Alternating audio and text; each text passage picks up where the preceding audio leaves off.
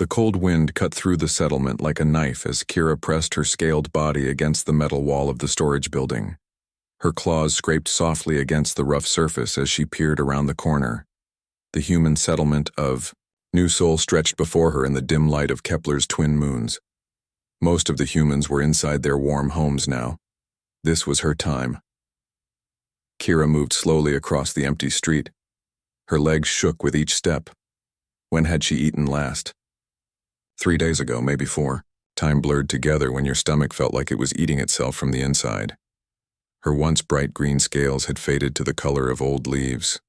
The beautiful patterns that had once made her mate Day One smile now looked like faded paint on old metal. She reached the first refuse container behind the medical center. The smell hit her before she lifted the lid. Rotting food mixed with chemical waste and things she did not want to think about. But somewhere in this mess there might be something she could eat, something the humans had thrown away without thinking. Kira pushed her snout deep into the container. Her long tongue flicked out, testing the air. There, a piece of bread wrapped in clear material. She pulled it out with trembling claws. The bread was hard and had green spots growing on it, but it was food. Real food. She unwrapped it carefully and took a small bite. The taste was bitter and wrong, but her stomach did not care. Food was food. She ate half the piece and wrapped the rest in a torn piece of cloth. She would save it for tomorrow. If there was a tomorrow. The next container held nothing useful, medical waste that smelled of chemicals and death. Kira moved on to the next building. This one belonged to the engineer named Ji-hee. Sometimes this woman threw away food that was still good. Humans were wasteful that way. They had so much they could throw away perfectly good things. As Kira searched through the container, she heard voices approaching. Her heart jumped in her chest like a frightened animal. She pressed herself low against the ground behind the metal box. Her dark scales helped her blend into the shadows, but if they came close enough, they would see her for sure. 2 humans walked past talking in their quick, sharp language. Kira understood some of their words now after months of living on the edges of their settlement. They were talking about the weather and something about mining quotas. They did not see her crouched in the darkness like some scavenging animal. When their voices faded, Kira stood up again. Her back ached from crouching. Everything ached these days. She was getting thin in places where Netherians should never be thin. Her ribs showed through her scales like bars on a cage. The thick tail that had once been her pride now looked like a rope with scales wrapped around it. She found a container of spoiled milk behind the food distribution center. It smelled terrible, but it was liquid and her body needed liquid. She drank it slowly, fighting the urge to throw it back up. Her stomach cramped, but kept the milk down. Small victories. The settlement was built in a rough circle around the central landing pad where supply ships came down from the orbital station. Beyond the circle of human buildings stretched the mining complex where Kira had once worked alongside her mate. Where Day One had died when the tunnel collapsed. The humans said it was an accident. Equipment failure, they called it. But Kira knew better. The humans pushed too hard and too fast. They wanted the rare metals from deep in the planet's crust, and they did not care if a few Netherians died getting it for them. Her people were cheap labor, disposable. When Day One died, the mining company offered Kira a small payment, enough to bury him according to Netherian custom, but not enough to live on. And with him gone, she had no way to make money. The humans did not hire lone Netherians. They said her people worked better in mated pairs. Something about trust and cooperation. Without income, Kira could not pay for housing in the Netherian sector. The company took back the small apartment she had shared with Day One. They said she had 30 days to find somewhere else to live. That was 4 months ago. Now she lived in the spaces between. The gaps in the settlement where humans did not go. Under bridges and behind buildings and in the narrow spaces between storage containers. She had become invisible to them. Just another piece of the landscape they ignored. A light came on in one of the buildings nearby. Kira froze like a statue. Through the window she could see Dr. Hyunwoo working at his desk. The xenobiologist was one of the few humans who had ever spoken to her directly. He studied alien life forms. Sometimes he left food near his laboratory building. Not directly for her, of course. That would be charity, and Kira still had some pride left.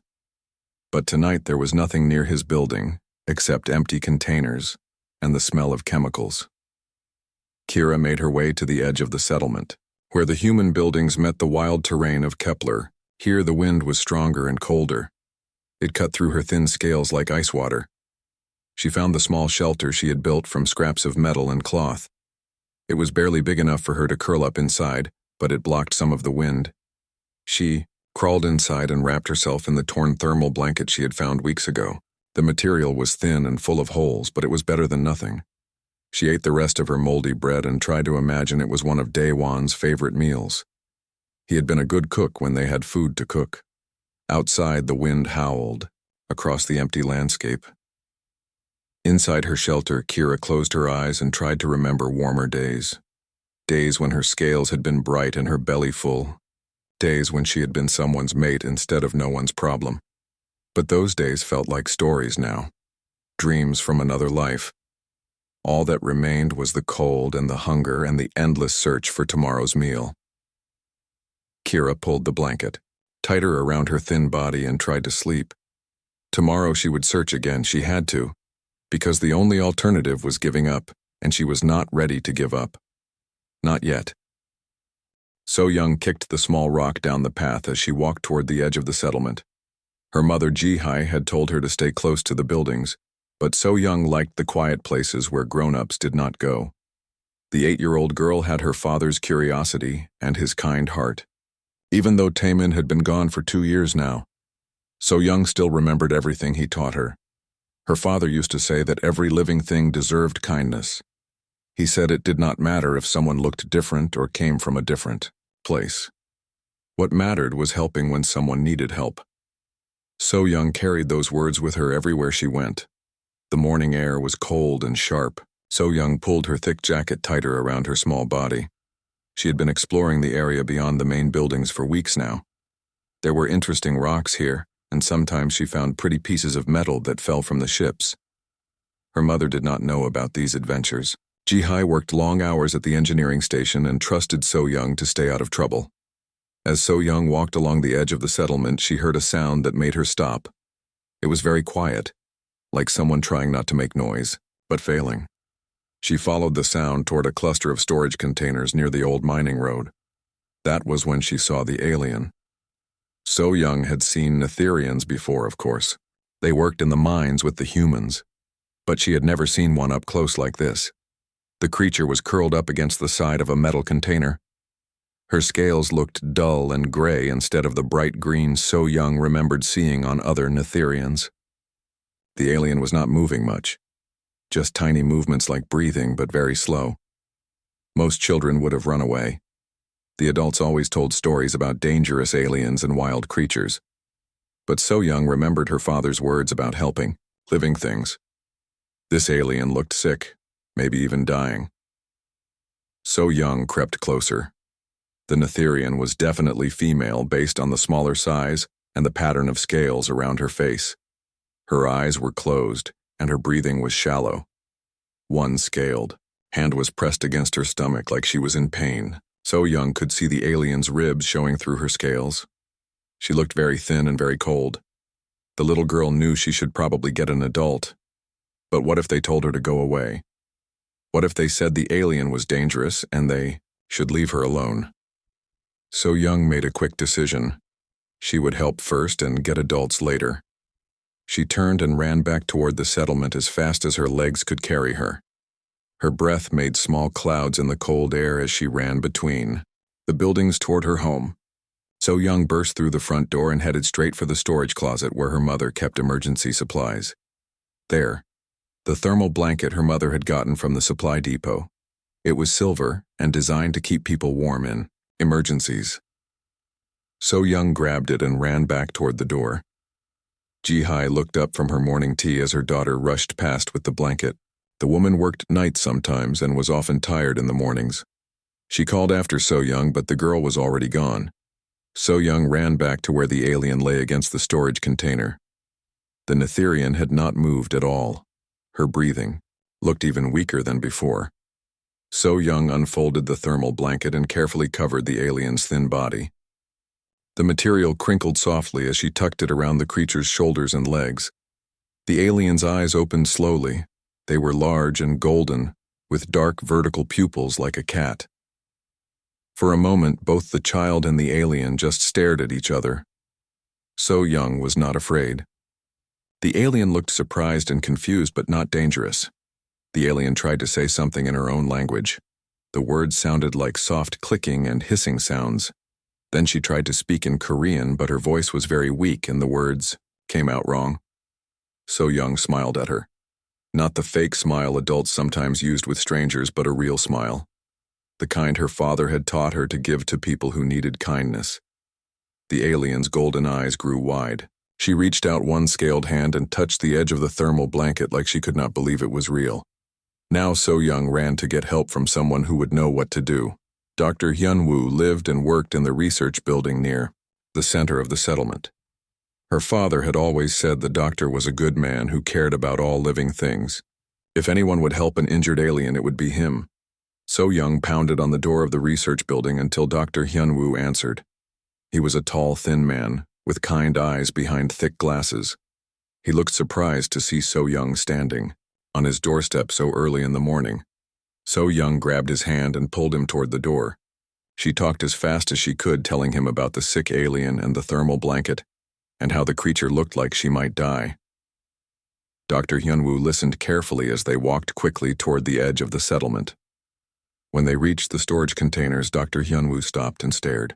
He had studied Netherians for years, but he had never seen one in such bad condition. The alien was still wrapped in So Young's thermal blanket. Her golden eyes tracked their movement, but she seemed too weak to be afraid. Dr. Hyun-woo knelt down beside the alien and spoke to her in slow, careful Korean. He asked if she was hurt and if she needed food. The alien nodded weakly and tried to answer, but her voice was just a whisper. The doctor opened his medical kit and began checking her vital signs while So Young watched quietly.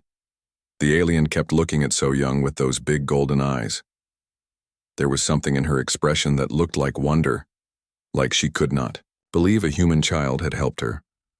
Dr. Hyun-woo gave the alien some water from his emergency bottle and a nutrition bar from his kit. She ate slowly and carefully, like she was afraid the food might disappear.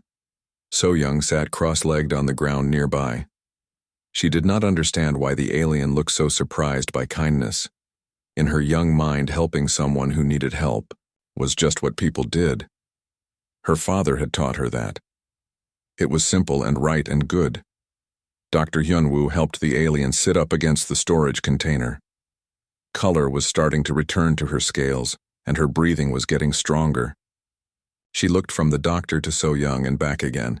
Then she did something neither of them expected. The alien smiled. It was a strange smile with her non-human features, but it was definitely a smile. She pointed to herself and said a word in her own language. Then she said it again in broken Korean. Kira. Her name was Kira. 3 weeks had passed since So Young found Kira collapsed near the storage containers. Every day after her morning lessons with the settlement teacher, the little girl would visit the small shelter Dr. Hyun-woo had helped set up for the alien woman. It was nothing fancy. Just a prefab medical unit placed behind the research building where Kira could rest and recover. But it had heat and clean water and a real bed. For Kira, it felt like luxury. So Young always brought something with her when she visited. Sometimes it was food from her mother's kitchen. Sometimes it was books with pictures to help them communicate. Today she carried a small tablet computer that could translate basic words between Korean and Netherian languages. Dr. Hyun-woo had programmed it with the limited vocabulary he knew from his studies. Kira was sitting outside her shelter when So Young arrived. The alien woman looked much better now. Her scales had started to regain some of their natural green color, and she had gained enough weight that her ribs no longer showed. She was working with a piece of metal and some tools Dr. Hyun-woo had given her. Her long fingers moved with skill and precision as she shaped the metal into something beautiful. So Young sat down on the ground next to Kira and watched her work. The alien woman was making a small sculpture. It looked like two figures standing together. one tall and one small, one human and one Netherian. Kira looked up from her work and smiled at So Young. Over the past weeks, the alien had learned to read the child's expressions and moods. Today, So Young looked excited about something. The girl held up her tablet computer and pointed to it with enthusiasm. So Young activated the translator program and spoke into it clearly. "Hello, Kira. How are you feeling today?" The device processed her words and spoke them back in Netherian language with mechanical clicks and hisses. Kira listened carefully, then picked up the tablet. She spoke her response in her own language, and the device translated it back to Korean. "I am feeling much better, little friend. Thank you for asking." So Young clapped her hands together with joy. This was so much easier than trying to communicate with gestures and broken words. She immediately started asking Kira questions about everything. What was her home planet like? Did she have family there? What was her favorite food? How old was she in human years? Kira answered each question patiently through the translator. She told So Young about the underground cities of Nethys, where her people lived in tunnels carved from living rock. She described the great caverns filled with glowing crystals that provided light for their civilization. She talked about the complex family groups that raised children together and the intricate songs her people sang to communicate over long distances in the tunnels. When So Young asked about Kira's mate, the alien woman's voice grew soft and sad. She told the little girl about Daewon and how he had been the kindest male of their clan, how he could make anyone laugh with his silly jokes, and how he always shared his food with others who had less. She explained how the mining accident had taken him away and left her alone in a place where being alone meant having no value.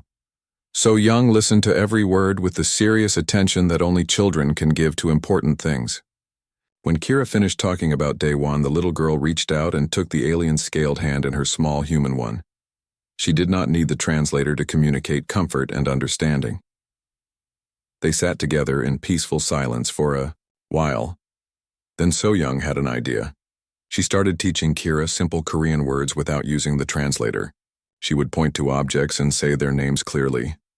Tree, sky, rock, building. Kira repeated each word carefully, trying to match the sounds with her different vocal structure. When it was Kira's turn to teach, So Young was amazed by how musical the Netherian language sounded when spoken properly instead of through the mechanical translator. Each word seemed to have tones and rhythms that created meaning beyond just the basic definition. Kira taught her the words for friendship and gratitude and hope. As the days passed, their lessons became a daily ritual. Dr. Hyun-woo often watched from his laboratory window as the human child and alien woman worked together to bridge the gap between their species. He took careful notes about their interactions.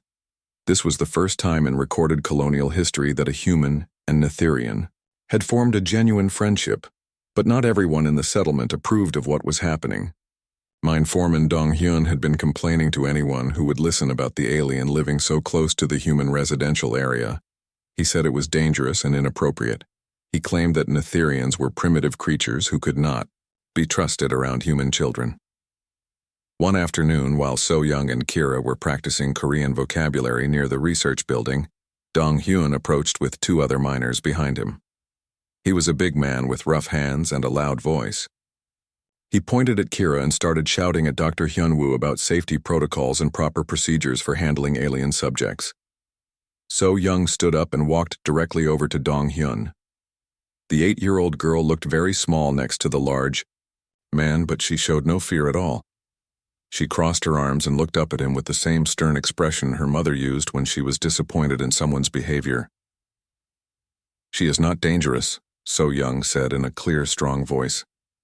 "She is just sad and hungry like I was when Papa died. Papa always said we should help people who need help. It does not matter what they look like or where they come from." Dong Hyun stared down at the little girl who was lecturing him about compassion and duty. Behind So Young, Kira had stood up as well. The alien woman did not understand all the Korean words being spoken, but she could read the tension in everyone's body language. She moved protectively closer to So Young, ready to defend the child who had saved her life. Dr. Hyun-woo stepped forward and placed a gentle hand on So Young's shoulder.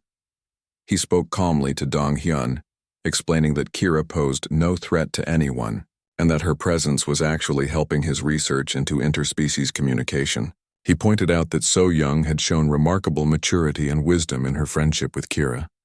Dong Hyun looked from the determined child, to the protective alien, to the calm scientist. He grumbled something under his breath about proper procedures, and walked away with his companions. But his complaints did not stop.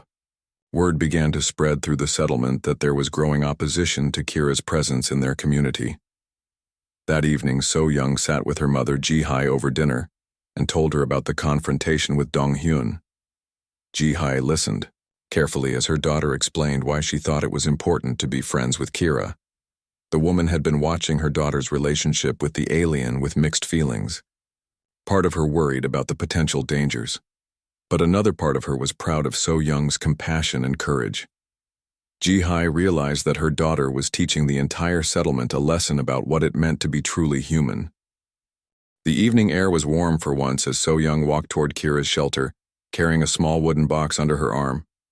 It had been 6 weeks since she first found the alien woman collapsed and dying near the storage containers.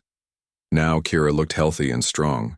Her scales had returned to their beautiful green color with intricate patterns that caught the light from Kepler's twin moons. Tonight felt different somehow. Important. So Young had been thinking about something for days now, something her father would have wanted her to do, something that would show Kira that she was not just a friend but family. Kira was waiting outside her shelter as usual. She had been working on another metal sculpture. This one showed a human child and an Etherian adult walking together under stars. It was beautiful in the way that only things made with love could be beautiful.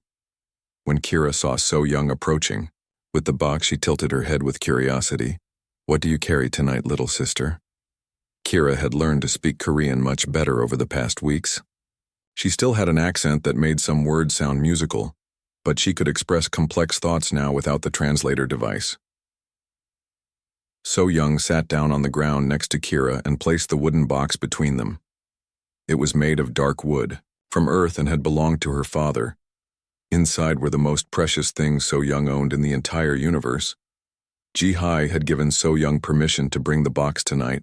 Her mother understood what her daughter was planning to do and why it mattered. It had taken courage for Ji-hai to say yes. These were the last physical connections to Taemin, and giving them away would mean letting go of something irreplaceable. So Young opened the box slowly and carefully. Inside was a small military medal made of silver and blue ribbon. Next to it was a folded letter written on real paper. Both items had been sent to them after Taemin died serving in the Colonial Defense Force. The medal represented honor and sacrifice. The letter contained his final words to his family. Kira looked at the contents of the box with respectful silence. Even without understanding their specific meaning, she could tell these items were sacred to So Young and her family. The way the little girl handled them with such gentle care spoke of deep love and profound loss. So Young picked up the medal first. She held it in her small hands and looked at it for a long moment before speaking. "This belonged to my papa. He was a soldier and a medic. He helped people who were hurt, even when it was dangerous for him. Even when he might get hurt too." She showed Kira the inscription on the back of the medal. It was written in Korean characters, but Kira had learned enough of the written language to understand some of it. Service, honor, sacrifice, courage. Papa died protecting people he never met before, people who were different from him. The letter says he died trying to save alien refugees from a pirate attack. He could have stayed safe, but he did not. He helped them because they needed help, and that is what good people do. So Young unfolded the letter and read parts of it aloud in Korean while Kira listened carefully. The letter talked about duty and compassion, about treating all living beings with respect regardless of their origin or appearance, about the responsibility that came with being human in a universe full of different forms of life. When So Young finished reading, she carefully folded the letter and placed it back in the box. Then she picked up the medal again and looked directly into Kira's golden eyes. "Kira, my friend, you are not just someone I helped. You are family now. My papa would have liked you very much. He would have wanted you to have something to remember that humans can be good, that some of us care about doing the right thing even when it is hard. So Young held out the medal toward Kira with both hands. The gesture was formal and ceremonial, like she was performing a ritual she had seen adults do at important moments. Papa would want you to have this. It means you belong somewhere. It means you are not alone anymore. It means you are part of our family and we will take care of you always. Kira stared at the medal in So Young's outstretched hands. Her golden eyes grew wide with shock and disbelief. No one had ever given her something so valuable, so meaningful. The alien woman understood enough about human military traditions to know that this medal represented the highest honor their society could give. And this child was offering it to her freely. Tears began to fall from Kira's eyes. They were different from human tears. They were thicker and had a slight shimmer to them like liquid crystal. For the first time since Daewon died, Kira was crying. From joy instead of sorrow. Kira reached out with trembling hands and accepted the medal. She held it carefully like it might break if she gripped it too tightly. The silver felt warm against her scaled palms.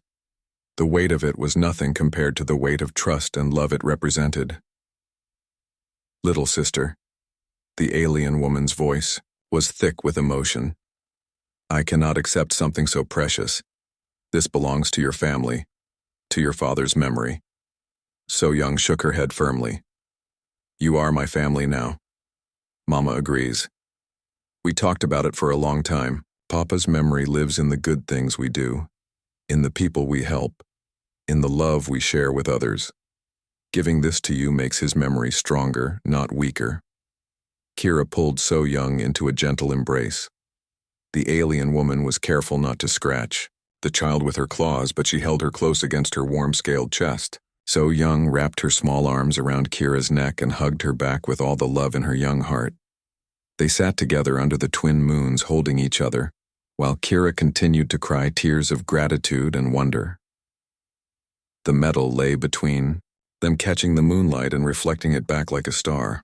From her apartment window across the settlement, Ji-hai watched the scene through her binoculars.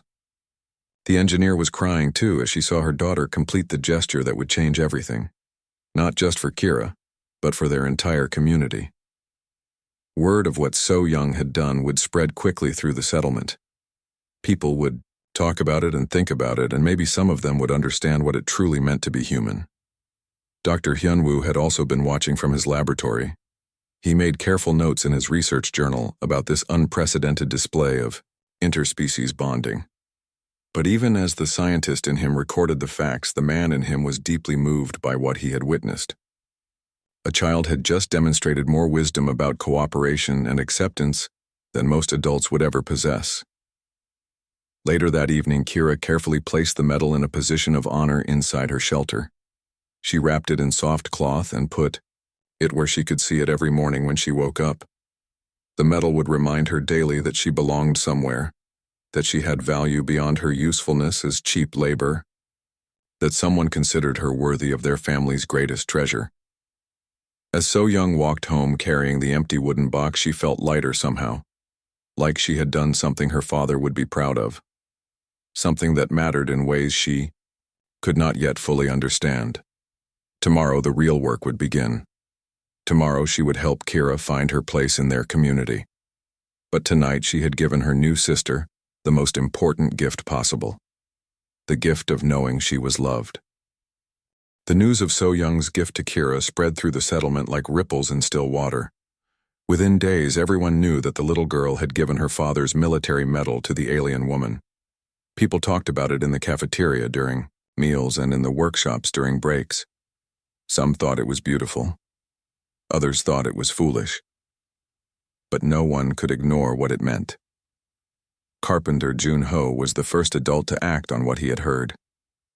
He showed up at Kira's shelter 3 days after the medal ceremony carrying a toolbox and a pile of building materials. Jun-ho was a quiet man who rarely spoke to anyone outside of work. But he had been thinking about So Young's gesture and what his own daughter might think of him if she knew he had done nothing to help. Jun-ho bowed politely to Kira and spoke, in simple Korean so she could understand. Your shelter is too small. Winter is coming soon. You need a proper house. I will help you build one if you want. Kira was amazed by the offer. She had expected hostility from the human adults, not kindness. She accepted gratefully and spent the next week working alongside Junho to construct a small but sturdy house behind the research building. Kira's engineering knowledge combined with Junho's carpentry skills created something beautiful and functional. Other colonists began to notice the construction project. Some, like Mira, who ran the food distribution center, started setting aside items that were approaching their expiration dates instead of throwing them away. She would leave packages of food near Kira's new house, with notes written in simple Korean. "Welcome to our community. We are glad you are here." Dr. Hyun-woo documented these changes in his research files. He was witnessing something unprecedented in colonial history. A human child's act of compassion was transforming the attitudes of an entire settlement. The xenobiologist wondered if this might be how true interspecies cooperation always began.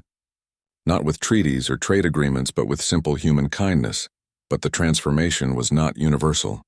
Mine foreman Dong-hyun continued to complain about the aliens' presence to anyone who would listen. He argued that allowing Kira to integrate into their community set a dangerous precedent. What would happen when other aliens wanted the same treatment? How could they maintain proper security and order if they started treating every stray creature like a member of their family? Dong-hyun's complaints found support among some of the miners who worried about job security. If the company started hiring more aliens, they might lose their positions to cheaper labor. They formed a small but vocal group that demanded Kira be relocated to the designated alien worker housing on the other side of the mining complex. The tension came to a head on a cold morning in late autumn. A section of tunnel in Mine Shaft 7 collapsed, trapping 3 miners underground. The standard rescue equipment could not reach them through the unstable rubble. The trapped men had air for maybe 6 hours before carbon dioxide buildup would kill them. Emergency crews worked frantically to clear a path, but every attempt caused more debris to fall. The tunnel system was too damaged and unstable for conventional rescue methods. Mine supervisor Woo Jin called for a complete evacuation of the area. It looked like the 3 men were going to die. That was when Dr. Hyun-woo suggested they ask Kira for help. The alien woman had been working as a tunnel engineer on Nethys before coming to Kepler. Her people had evolved for underground living and had thousands of years of experience with tunnel construction and cave-in rescue. If anyone could find a way to reach the trapped miners, it would be her. Dong-hyun exploded with anger at the suggestion. He refused to risk more lives by trusting an alien with human rescue operations. But mine supervisor Woo Jin was desperate. 3 of his people were dying underground, and conventional methods had failed. He overruled Dong-hyun and asked Dr. Hyun-woo to bring Kira to the mine immediately. When Kira arrived at the collapsed mine shaft, she studied the situation with professional expertise. She examined the geological surveys and the structural reports. She analyzed the type of rock and the pattern of the cave-in. Then she proposed a rescue plan that no human engineer had considered. Instead of trying to clear the main tunnel, Kira suggested they dig a narrow bypass shaft through a section of softer rock. The new tunnel would be too small for human miners to work in safely, but perfect for someone with Netherian anatomy. Her people's smaller size and natural ability to navigate tight spaces made her the ideal person to attempt the rescue. Woo Jin approved the plan immediately. Kira worked with the human engineering team to map out the precise route for the bypass tunnel. She would dig through 20 meters of rock and debris to reach the trapped miners. Then she would need to somehow get them out through a space barely wider than her own body. The digging took 4 hours. Kira worked with tools designed for human hands, modified quickly to fit her claws. She moved through the narrow tunnel like she had been born for this kind of work. Behind her, the human engineers followed her progress with scanning equipment and provided support however they could. When Kira finally broke through to the trapped miners, she found them weak from carbon dioxide poisoning but still alive. She managed to attach breathing apparatus to each man, and then began the delicate process of moving them one by one through the narrow rescue tunnel. It took another 2 hours to get all 3 miners to safety. When the last man emerged from the tunnel, the entire mining crew erupted in cheers. Kira crawled out behind him, covered in rock dust and exhausted but smiling. She had saved 3 human lives using skills her people had developed over thousands of years of underground living. Dong Hyun was one of the miners Kira had rescued. The man who had complained most loudly about her presence in their community now owed his life to her expertise and courage. When the medical team cleared him for release, he walked directly over to where Kira was sitting and stood in front of her for a long moment without speaking. Finally, he bowed deeply in the formal Korean style reserved for showing great respect. When he straightened up, there were tears in his eyes. "I was wrong about you. Thank you for saving my life. Thank you for being better than I was." The successful rescue changed everything in the settlement. The colonists who had been uncertain about accepting Kira now saw her as a hero. The ones who had been quietly supportive became openly welcoming. Even the company administrators sent messages of appreciation for her role in preventing a tragedy. Dr. Hyunwoo proposed that Kira be officially hired as a tunnel safety consultant for the mining operation. Her knowledge and experience were too valuable to waste. The company approved the position immediately, along with housing allowances and full integration into the colony's social services. Within a week, Kira had moved from living in a shelter behind the research building to having her own apartment in the main residential area. So Young helped her decorate the new space and showed her how to use all the human appliances and systems. The medal that So Young had given her held the place of honor on Kira's new mantelpiece. Every day when she came home from work, she would look at it and remember that her acceptance in this community had started with one child's act of love. But the real transformation was still yet to come. Word of the successful human-Netherian cooperation had reached the other alien communities in the sector. Representatives from 3 different species requested permission to send workers and families to the settlement. The colonial administration was discussing proposals for the first truly integrated multi-species community in human space. So Young's simple gift had started something much bigger than anyone had imagined. The little girl who had wanted to help one lonely alien had accidentally created a model for how different species could live and work together in peace and mutual respect. As Kira settled into her new life, she often thought about how much had changed since that cold morning when So Young found her dying behind the storage containers. She had gone from being nobody's problem to being everyone's neighbor, from being an unwanted reminder of alien otherness to being a valued member of the community. And it had all started with a child who believed her father's words about helping anyone who needed help, regardless of where they came from or what they looked like. 1 year later, the settlement had a new name and a new identity. The colonial administration had officially renamed it Harmony Station to reflect its status as the first successful multi-species community in human-controlled space. What had started with one child helping one alien had grown into something that changed how 3 different civilizations thought about cooperation and coexistence. So Young walked through the central plaza on her way to the new integrated school, where human and alien children learned together.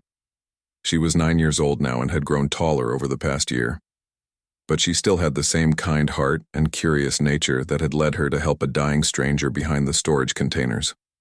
The Biu Plaza was busy with activity, as beings from 4 different species went about their daily business. Humans worked alongside Netherians at market stalls selling goods from both Earth and alien worlds. A group of tall, blue-skinned Calorians from the Vega system had arrived 3 months ago with advanced hydroponics technology. The newest arrivals were a family of small, furry creatures called Vixari, who specialized in electronic engineering. Children of all 4 species played together in the playground that had been built in the center of the plaza. They communicated in a mixture of languages, creating their own hybrid vocabulary that somehow made perfect sense to them. Adult translators were rarely needed when the children were involved. They had developed their own universal language of friendship and shared games. So Young found Kira where she usually was at this time of day. The alien woman was teaching a mixed group of human and Netherian children about underground safety procedures. Her job as tunnel safety consultant had evolved into something much more important. She was now the director of interspecies cooperation for the entire mining complex. Today's lesson was taking place near the entrance to the educational mine shaft that had been built specifically for training purposes. Kira stood in front of 15 children aged 8 to 12 explaining how different atmospheric conditions affected breathing in enclosed spaces. Half the children were human. The other half were young Netherians, whose families had moved to Harmony Station over the past year. Kira had changed dramatically since those desperate days of scavenging for food scraps. Her scales were bright and healthy. She wore a formal work uniform with her title embroidered in 3 different languages. But the biggest change was in her posture and expression. She stood with confidence and spoke with authority. She had become a leader in her community. When Kira finished her lesson, she noticed So Young waiting nearby. The alien woman smiled and walked over to greet her adopted daughter. Over the past year, their relationship had become legally formalized through both human and Netherian legal systems. So Young was officially Kira's daughter in the records of both species. HFY had supported the arrangement enthusiastically. The engineer had watched her daughter and Kira develop a bond that transcended biological relationships. So Young split her time between both homes, but considered herself equally daughter to both women. It was an unconventional family structure, but it worked perfectly for all 3 of them. "How was school today, little sister?" Kira had kept the affectionate nickname even after the adoption was finalized. Some things were too precious to change. So Young grinned and pulled out a datapad to show Kira her latest project. She was working on a comparative study of architectural styles from different alien civilizations. Her teacher had assigned the project to help students understand how environment and biology affected the way different species designed their living spaces. Learned that Calorian buildings are all curves because they see differently than we do. And Vixari houses have lots of small spaces because they like to feel cozy and protected. And your people build everything in spirals because it feels natural. When you live in tunnels. Kira examined So Young's research with the serious attention it deserved. The young girl had developed real insight into the connections between culture and architecture. Her work showed an understanding of alien perspectives that many adults never achieved. "This is excellent research, So Young. You understand something very important. The way someone lives tells you about how they think and what they value. When we learn about other people's homes, we learn about their hearts." They walked together toward the residential district where both their homes were located. The area had been redesigned over the past year to accommodate the needs of multiple species. Buildings now had different sized doors and windows. Public spaces included areas suitable for beings who preferred underground environments, as well as those who needed open sky above them. As they walked, So Young told Kira about her plans for the future. She wanted to become a xeno-architect, someone who designed buildings and cities that could be shared comfortably by multiple species. It was a new profession that had developed as more multi-species communities were established throughout human space. Kira listened with pride as her adopted daughter talked about her dreams and ambitions. The little girl who had once saved her. Life was growing into a young woman who might help save entire civilizations through the power of inclusive design and cooperative planning. They stopped at Kira's apartment first. The alien woman had something important to show So Young. She led her daughter to the mantelpiece where Taimin's military medal still held the place of honor. But next to it now sat a new medal. This one was made of crystallized metal from Nethys and bore inscriptions in 4 different languages. The Interspecies Cooperation Council had awarded Kira the medal for her role in establishing the first successful multi-species colony. But she had not accepted it for herself. She had accepted it on behalf of everyone who had helped make Harmony Station possible.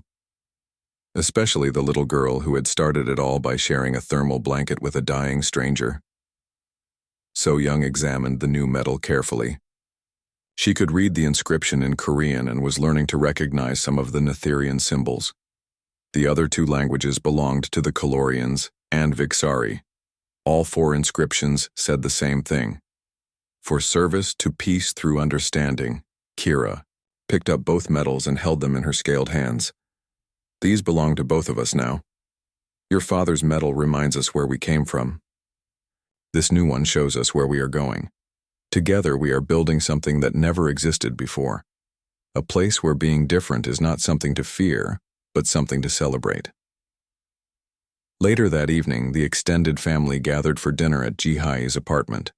The engineer had expanded her living space to accommodate regular multi-species social gatherings. Tonight's guests included Dr. Hyun-woo, who had become like an uncle to So-young. Also present were Jun-ho the carpenter and his wife, along with their teenage daughter, two young Netherian couples who worked in the mining complex, and a Calorian scientist named Blue Sky Dancing, who specialized in atmospheric engineering. The dinner conversation moved seamlessly between languages as different species shared news and stories from their day. So-young served as translator when needed, but mostly the adults had learned enough of each other's languages to communicate directly. The children present switched between languages without thinking about it, treating multilingual conversation as completely normal. Blue Sky Dancing was telling everyone about the latest reports from other human colonies that were attempting to establish their own multi-species communities. Most of them were using Harmony Station as their model. They wanted to understand how such different beings could live and work together so successfully. The secret was not complicated according to Kira. It came down to something very simple that a human child had taught them. When you see someone who needs help, you help them. When you see someone who is different, you try to understand them. When you see someone who is alone, you invite them to belong. Dr. Hyun-woo raised his glass of fermented fruit juice in a toast. To So-young, who taught us that the most important human characteristic is not our technology or our strength. It is our ability to extend family bonds to anyone who needs them regardless of what species they happen to be. Everyone raised their glasses and repeated the toast in their own languages. So-young blushed and tried to hide behind her napkin, but she was smiling. She had never thought that sharing her father's medal would lead to all of this. She had just wanted to help someone who was sad and hungry. As the dinner party continued, So-young looked around the table at all the different faces sharing food and laughter together. Humans and aliens who had become neighbors and friends and family. This was what her father had meant when he taught her about helping others. This was what happened when kindness became bigger than fear. Outside the apartment windows, Harmony Station sparkled with lights from buildings designed for multiple species. Ships from different worlds landed regularly at the expanded spaceport. Children who would grow up speaking 4 languages played games that had been invented by combining traditions from across the galaxy. And at the center of it all was a simple truth that a little girl had always known.